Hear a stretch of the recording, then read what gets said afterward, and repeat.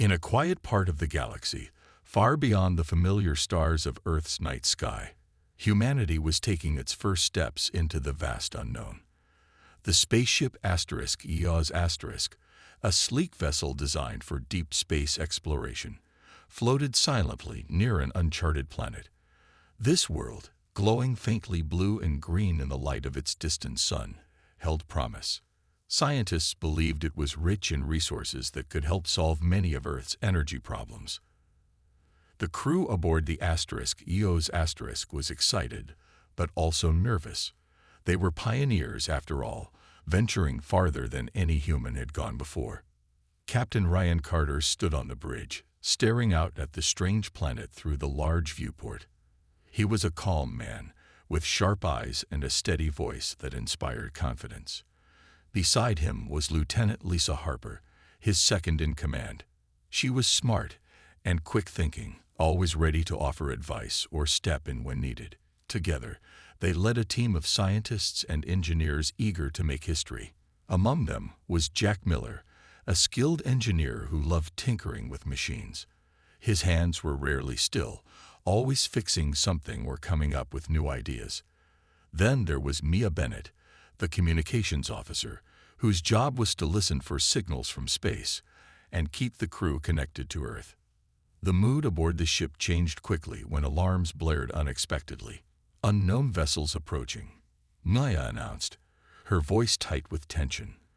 On the main screen, several large ships appeared, moving gracefully toward the EOS*. These ships were unlike anything the crew had ever seen, smooth, metallic, and shimmering as if they were alive. Their design was both beautiful and intimidating. Hailing them, Lisa said, her fingers flying over the console. A moment later, a figure appeared on the screen. It was tall and slender, with skin that seemed to glow faintly.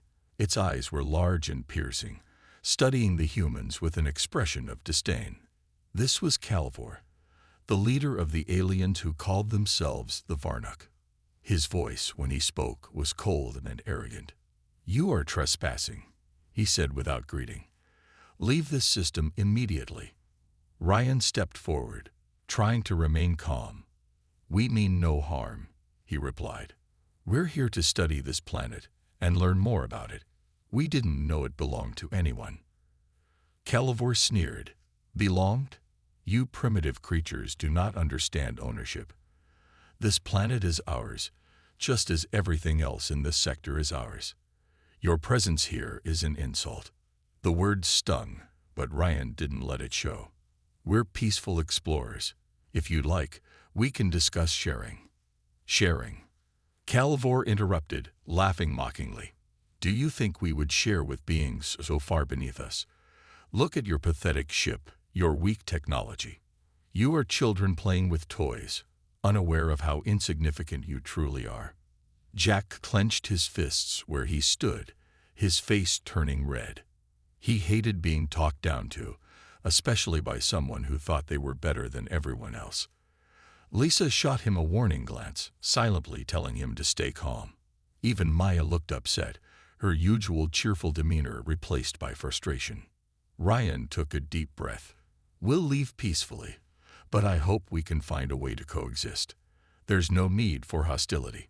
Calvor's expression darkened. "Coexist? With you? Never. Leave now, or we will remove you ourselves." With that, the transmission ended, and the alien ships turned away, disappearing as quickly as they had come. The bridge fell silent. No one spoke for a long moment. Finally, Jack broke the silence. "Did you hear that guy? He acted like we're nothing. Like we don't matter at all." Lisa sighed. "It doesn't matter what he thinks. What matters is what we do next." Ryan nodded. "He's right about one thing. We're outmatched. But that doesn't mean we have to back down. Let's report this to Earth Command and see what they say. In the meantime, we need to be ready in case they come back." As the crew got to work, Jack muttered under his breath, "They won't get away with treating us like dirt. Not if I have anything to say about it." Though no one responded, they all felt the same way. The Varnuk might be advanced, But they had made a mistake. They had underestimated humanity. And that was something they would soon regret. After the encounter with the Varnock, the mood aboard the EOS was tense. The crew gathered in the ship's small meeting room, their faces reflecting a mix of anger and frustration. Captain Ryan Carter stood at the front, leaning against the table as he addressed the group. "We've been humiliated," he said plainly, his voice steady but firm. "But we can't let that dictate our next move. We need to think clearly and decide what's best for Earth." Lieutenant Lisa Harper nodded, her arms crossed over her chest. "They're arrogant, yes, but they're also dangerous. Kelvor made it clear they don't see us as equals, or even as a threat. That could work in our favor if we play this smart." Jack Miller, sitting at the back of the room, couldn't stay quiet any longer. "Play it smart. They insulted us, called us primitive, mocked our technology. Heck, they didn't even give us a chance to explain ourselves. Are we really just going to roll over and leave?" Ryan turned to him, his expression calm but serious. "I understand how you feel, Jack. Believe me, I do. But rushing into something without a plan would be reckless. We're outnumbered and outgunned. If we act impulsively, we'll lose, and not just this mission. We could put all of humanity at risk." Mia Bennett, who had been quietly listening, spoke up. "What about Earth Command? Shouldn't we report this to them before doing anything else? Maybe they can send reinforcements or advice." Lisa agreed. "That's step one. We'll send a full report, including everything we observed about the Varnock ships and their behavior. But we should also prepare for the possibility that help might not come quickly, or at all." Jack leaned forward, his eyes narrowing. "So what are you saying? We sit here and wait while those aliens strut around like they own the galaxy?" "No," Ryan replied firmly. "We prepare. While we wait for Earth's response, we upgrade the EOS*, strengthen our defenses, improve our weapons, and make sure we're ready if the Varnock return. Jack, I want you to focus on that. Use whatever resources we have, and get creative if you have to." A flicker of determination lit up Jack's face. "You got it, Captain. I'll make sure this ship is ready to fight back if it comes to that." As the meeting ended, the crew dispersed to their tasks. Jack headed straight to the engineering bay, already brainstorming ways to boost the ship's capabilities. He knew the experimental tech they'd brought along for testing could be key. With some modifications, he believed he could create a shield system strong enough to withstand Varnock attacks, at least temporarily. Meanwhile, Mia stayed in the communications room, monitoring transmissions for any sign of the Varnock. She replayed the earlier conversation with Kelvor, analyzing every word and tone. Something about the way he spoke bothered her, not just his arrogance, but the underlying tension. It felt almost forced. Was he trying to hide something? Hours later, Maya stumbled upon something unusual. Faint signals bouncing between the Varnock ships. At first, they seemed like routine communications, but as she dug deeper, patterns emerged. These weren't casual exchanges. They were orders, coordinates, and warnings. Her heart raced as she pieced together the information. The Varnock weren't just claiming the planet. They were planning something bigger.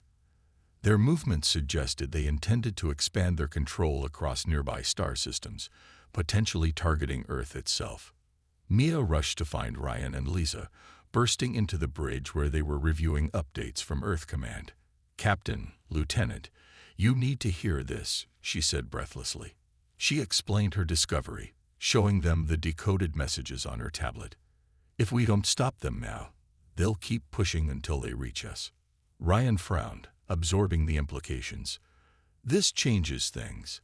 If Earth Command doesn't act soon, we might not have a choice but to take matters into our own hands." Lisa looked uneasy. "Are you suggesting we go after them? We're still outmatched, even with upgrades, and Earth won't approve us starting a war." "I'm not talking about starting a war," Ryan said slowly. "But we can't ignore this either. If the Varnock see us as weak, they'll keep pushing. We need to show them we're not afraid to stand our ground. Jack, overhearing the conversation, stepped forward. Let me finish the upgrades. Give me a little more time, and I'll make sure this ship packs a punch. Trust me, we can handle them. Ryan hesitated, weighing the risks. Finally, he nodded. All right, we'll prepare. But we'll only strike if absolutely necessary. For now, let's focus on staying alive and gathering more intel.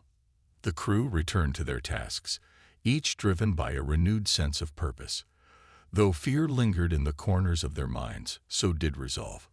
The Varnak had underestimated them once, dismissing humanity as insignificant. But humans had always thrived under pressure, finding ways to adapt and overcome. As the *EOS* drifted silently in space, its crew worked tirelessly, knowing the next encounter would define not just their fate, but the future of their species. The crew of the *EOS* had barely finished upgrading their ship when the Varnak returned. The alien fleet appeared suddenly, surrounding the *EOS* with ease. Their massive ships loomed like shadows against the stars, blocking any chance of escape. Alarms blared across the ship, and red warning lights flashed on every panel. "Captain, they're jamming our engines," Mia shouted from her station. Her fingers flew over the controls as she tried to regain control of the ship. "Weapon systems are offline too." Ryan clenched his jaw, gripping the edge of the command console. "Stay calm, everyone. We knew this might happen."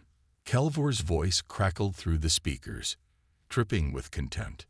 "You primitive humans dare to defy us. Did you think we wouldn't notice your pathetic attempts to resist?" Jack cursed under his breath as he worked frantically in the engineering bay. He had installed a failsafe, a burst of electromagnetic interference designed to disrupt the Varnak systems, but it hadn't been tested yet. If it failed, they were done for.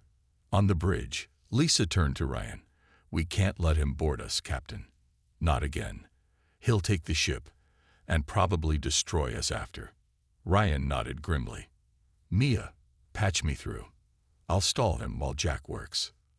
The screen flickered to life, showing Kelvor's smug face.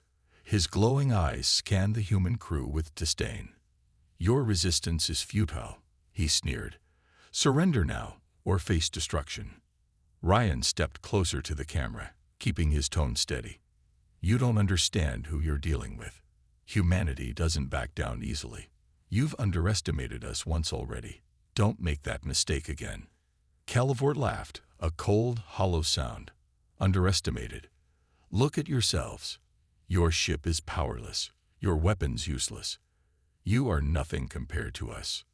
Before Ryan could respond, Jack's voice came over the intercom. "Captain, I'm ready. Hit the switch whenever you're ready." Ryan gave a slight nod to Lisa, who pressed a button on her console. A low hum filled the ship as the electromagnetic pulse surged outward, invisible but powerful. For a brief moment, the Varnak ships faltered. Lights dimmed on their sleek hulls, and their movements slowed. "Now," Ryan barked. Mia wasted no time, rerouting power to the engines. The *EOS* shuddered violently as it roared to life, breaking free from the Varnak's grasp. Jack raced back to the bridge, grinning despite the chaos. "That should buy us some time," he said, wiping sweat from his brow. But the reprieve was short-lived. The Varnak recovered quickly, their systems rebooting faster than anyone expected. Kelvor's face reappeared on the screen, his expression darker than before. "You dare attack us," he snarled. "This insolence will cost you dearly. Mark my words, we will find you, and we will annihilate you." With that, the transmission cut off, and the Varnak fleet began pursuing the *EOS*. The human ship darted into hyperspace, its engines straining under the pressure. The crew held their breath, hoping the Varnak couldn't follow. When they finally emerged in a distant part of space, far from the alien fleet, the bridge erupted in tense silence. Everyone was exhausted, their nerves stretched thin. Ryan sank into his chair, rubbing his temples. "Good work, team. But this isn't over. They'll come back. And next time, they won't underestimate us. Lisa exhaled sharply. At least we showed them we're not completely helpless. That pulse might have rattled them a little. Jack shook his head. It wasn't enough. We got lucky this time, but luck won't save us forever. We need better weapons, stronger shields, something that can actually stop them. Mita spoke up quietly, and we need allies. Earth has to know what's happening. If the Varnak are planning to expand their territory, humanity needs to prepare for war. Ryan nodded. Agreed. Mia, send a full report to Earth Command immediately. Include everything. Their technology, their tactics, their arrogance. Let them know we're facing an enemy unlike anything we've seen before. As the crew set to work, a new determination settled over them. The Varnak had pushed too far this time. They had mocked humanity, dismissed them as weak, and now they were paying the price. For now. But the real battle was just beginning. The crew of the EOS knew they had bought themselves time, but they also knew it wouldn't last long.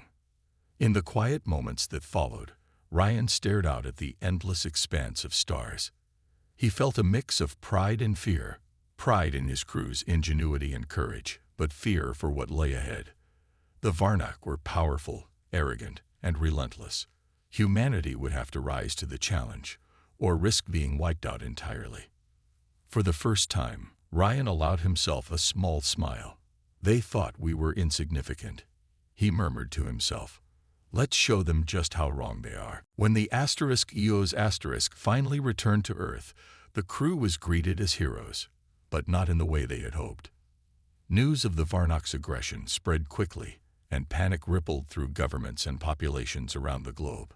The United Nations held an emergency meeting, and General Samuel Hayes, a gruff but respected leader of Earth Defense Command, summoned the crew to explain what had happened. Ryan Carter stood before a room filled with world leaders, his posture straight and his voice steady. Beside him were Lisa Harper, Jack Miller, and Mia Bennett, each prepared to share their part of the story. Images of the Varnak ships and recordings of Calvor's insults were displayed on large screens. The room fell silent as the gravity of the situation sank in. These aliens see us as weak, Ryan said firmly. They believe we're unworthy of space exploration and will stop at nothing to enforce their dominance. If we don't act now, they'll keep pushing until they reach Earth itself. General Hayes nodded, his expression grim. We've analyzed your data. Their technology is far ahead of ours, but that doesn't mean we're defenseless. Humanity has faced impossible odds before, and won. The general outlined a plan. Earth would prepare for war. Scientists, engineers, and military strategists would work together to develop new weapons and defenses based on the information gathered by the As the EOS launched back into space, its mission clear, the crew felt a mix of fear and hope. Fear of what lay ahead, but hope that their efforts would make a difference. Humanity had always risen to challenges, finding strength in unity and creativity in adversity. This time would be no different. For the first time in history, Earth stood united against a common enemy. And though the odds were stacked against them, the crew of the EOS believed, with every fiber of their being, that humanity could win. After all, the Varnak had made one fatal mistake. They had angered the wrong species. The plan was simple but risky. Lure the Varnak into a trap near Saturn's rings and ambush them. The area was perfect for an attack, dense with debris that could confuse sensors and provide cover for Earth's smaller, faster ships. Captain Ryan Carter led the operation from aboard the EOS, now fully upgraded and ready for battle. He had handpicked a team of skilled pilots and strategists, each prepared to risk everything to protect humanity. As the days passed, tension grew among the crew. Jack Miller spent hours in the engineering bay, triple-checking every system on the ship. If something goes wrong, he muttered to himself, it's on me. Lisa Harper worked tirelessly to coordinate the fighter squadrons, ensuring everyone knew their roles. Mia Bennett monitored communications, scanning for any sign of the Varnock fleet. Everyone had a job to do, and no one dared slack off. Finally, the moment came. Scanners picked up the Varnock ships approaching Saturn's orbit. Their movements were slow and deliberate, as if they already suspected a trap. Kelvor's voice crackled over the comms. "Humans, you think hiding among the rocks will save you. You are fools." Ryan ignored the taunt, focusing instead on the mission. "All units, prepare for engagement. Remember the plan. Stay hidden until my signal." The Varnock fleet moved closer, their massive ships dwarfing the icy particles of Saturn's rings. From the bridge of the *EOS*, Ryan watched silently, waiting for the perfect moment to strike. His heart pounded, but his mind remained sharp. This was it, the moment humanity would prove itself. When the Varnock entered the designated zone, Ryan gave the order. "Now." Dozens of Earth fighters erupted from behind the rings, swarming the alien ships like bees attacking a predator. Lasers flashed across the void, lighting up the darkness. The Varnock were caught off guard, their arrogance blinding them to the possibility of human resistance. For the first time, they scrambled to defend themselves. Jack cheered from the engineering bay as he monitored the *EOS* systems. "Our shields are holding steady. Keep hitting them." Lisa coordinated the attack, her voice calm but urgent. "Squad Delta, flank their lead ship. Bravo team, target their engines. Don't let them retreat." The battle raged on, chaotic and intense. Explosions lit up the void as Varnock ships exploded or drifted powerless. But the aliens weren't defeated yet. Their superior technology allowed them to regroup quickly, launching counterattacks that forced Earth's fighters to scatter. Mia called out warnings from her station. "Captain, they're targeting our left flank. We got incoming fire." "Evasive maneuvers," Ryan ordered. The *EOS* banked sharply, narrowly avoiding a barrage of energy blasts. "Return fire. Focus on their command ship." The crew worked together seamlessly, their training paying off. Jack boosted power to the weapon systems, allowing the *EOS* to deliver devastating blows to the Varnock flagship. One well-placed shot crippled its propulsion, leaving it stranded among the debris. Kelvor's voice thundered through the comms, laced with fury. "You dare challenge us, you insignificant worms." Ryan smirked, unable to resist a jab. "Funny, I thought we were just primitive monkeys playing with tools. Guess we showed you." The comment only enraged Kelvor further. He ordered his remaining ships to charge forward, but it was too late. Earth's forces had gained the upper hand, and the Varnock fleet was in disarray. With their flagship disabled and several other ships destroyed, the aliens began retreating. "All units, hold your positions," Ryan commanded. "Let them go, for now." As the last of the Varnock ships disappeared into hyperspace, the bridge erupted in cheers. The crew hugged each other, laughing and crying with relief. They had done it. They had won. But Ryan remained serious. He turned to Lisa and Jack. "This isn't over. Kelvor will be back, angrier than ever. We need to stay ready." Lisa nodded. "We'll debrief and analyze what happened. There's always room for improvement." Jack grinned despite the sobering reminder. "Yeah, and next time, we'll hit them even harder." Ryan looked out at the wreckage floating near Saturn's rings. Humanity had proven it could stand up to the Varnock, but this victory was just the beginning. The real fight was still ahead, and Ryan knew they couldn't afford to let their guard down. For now, though, they had earned a moment to celebrate. Against all odds, humanity had struck back against a superior enemy and lived to tell the tale. Though humanity had won the battle near Saturn, everyone aboard the *EOS* knew it was only a temporary victory. The Varnock were powerful, and Kelvor wouldn't rest until he crushed Earth's resistance. Captain Ryan Carter gathered his crew in the meeting room to discuss their next move. The mood was tense but focused. No one celebrated for long when the enemy could return at any moment. We hurt them, Ryan began, pacing slowly in front of the group. But they'll come back stronger. We need to hit them where it hurts most, their homeworld. The room fell silent. Lieutenant Lisa Harper frowned. Are you suggesting we invade their planet? That's risky, even for us. Their defenses will be insane. Ryan nodded. It's dangerous, yes, but it's also our best chance. If we can sabotage their central command hub, we might cripple their entire operation. Without leadership or coordination, they'll struggle to keep pushing into human space. Jack Miller leaned forward, his eyes lighting up with excitement. I'm in. Let's take the fight to them. But how do we get past their security? Mia Bennett spoke up, holding her tablet. I've been studying their transmissions. They use cloaking technology to mask their ship's movements. If we can replicate it, we might slip through undetected. Lisa crossed her arms. Even if we sneak in, taking down their command center won't be easy. It'll be heavily guarded.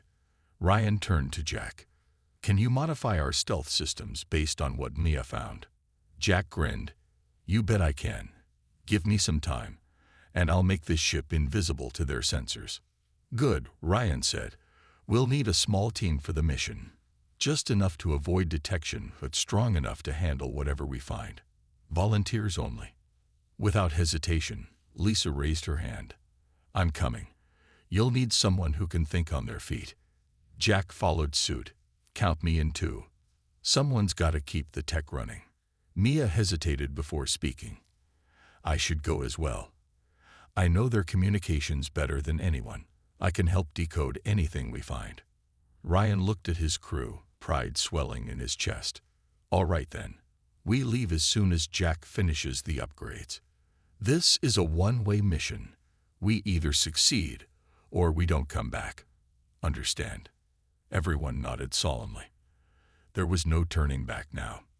Days later, the *EOS* approached the Varnock homeworld under the cover of stolen cloaking technology.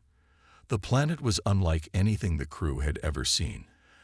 A shimmering orb of metallic blues and greens, dotted with towering spires that reached into the clouds. It was beautiful, but also intimidating. This place gives me the creeps, Jack muttered as he monitored the ship's systems. Feels like we're walking into a hornet's nest. Stay focused, Lisa reminded him. One wrong move, and we're done. Using Maya's intercepted data, the team located the central command hub, a massive structure at the heart of the capital city. Ryan led the infiltration team, which included Lisa, Jack, Corporal Alex Rivera, a skilled soldier, and Sophie Grant, the medic. Armed with weapons and tools designed to bypass Varnock security, they boarded a small shuttle and descended toward the surface. Once inside the city, the team moved cautiously, sticking to shadows and avoiding patrols. The streets were eerily quiet, save for the hum of alien machinery. Giant holographic screens displayed images of Calivor, his face stern and commanding. Propaganda messages echoed through the air, praising the Varnock as superior beings destined to rule the galaxy. They really love themselves, don't they? Alex whispered sarcastically. Shay, Lisa hissed. Focus. Reaching the command hub required navigating a series of locked doors and guarded checkpoints. Jack worked quickly, using his gadgets to disable locks and reroute power. Each step brought them closer to their goal, and closer to danger. Finally, they reached the main control room. Inside, glowing panels lined the walls, displaying streams of data and coordinates. At the center stood Calivor himself, overseeing operations with an air of arrogance. Ryan signaled for the team to spread out. Plant the charges quietly, he whispered. We don't want him noticing until it's too late. As Jack and Alex set explosives around the room, Lisa kept watch, her weapon ready. Suddenly, an alarm blared and red lights flashed overhead. A Varnock guard entered, spotting the intruders immediately. Humans, the guard shouted, raising his weapon. Take cover, Ryan barked. A firefight erupted, chaos filling the once orderly room. Bullets and energy blasts ricocheted off walls as the team fought to hold their ground. Jack finished setting the last charge and yelled, "Done. Let's go." Calivor turned to face them, his expression furious. "You dare attack me in my own domain. You are nothing but insects." Ryan stepped forward, leveling his weapon at the alien leader. "Insects, huh? Funny how insects always find a way to survive." With that, the team retreated, racing back to the shuttle as the countdown began. Behind them, explosions rocked the command hub, sending shockwaves through the city. As the EOS ascended into space, the crew watched the destruction unfold below. They had struck a devastating blow, but the war was far from over. The EOS raced away from the Varnock homeworld, its engines roaring as the crew fled the chaos they had unleashed. Behind them, massive plumes of smoke and fire rose from the shattered command hub, casting an eerie glow over the alien city. The team on board was exhausted but alive, their mission accomplished, but at a cost. They had struck a crippling blow to the Varnock's leadership, but none of them doubted that Calivor would stop at nothing to retaliate. Inside the ship, Captain Ryan Carter stood on the bridge, staring out at the destruction through the viewport. His face was grim, his mind racing with thoughts of what came next.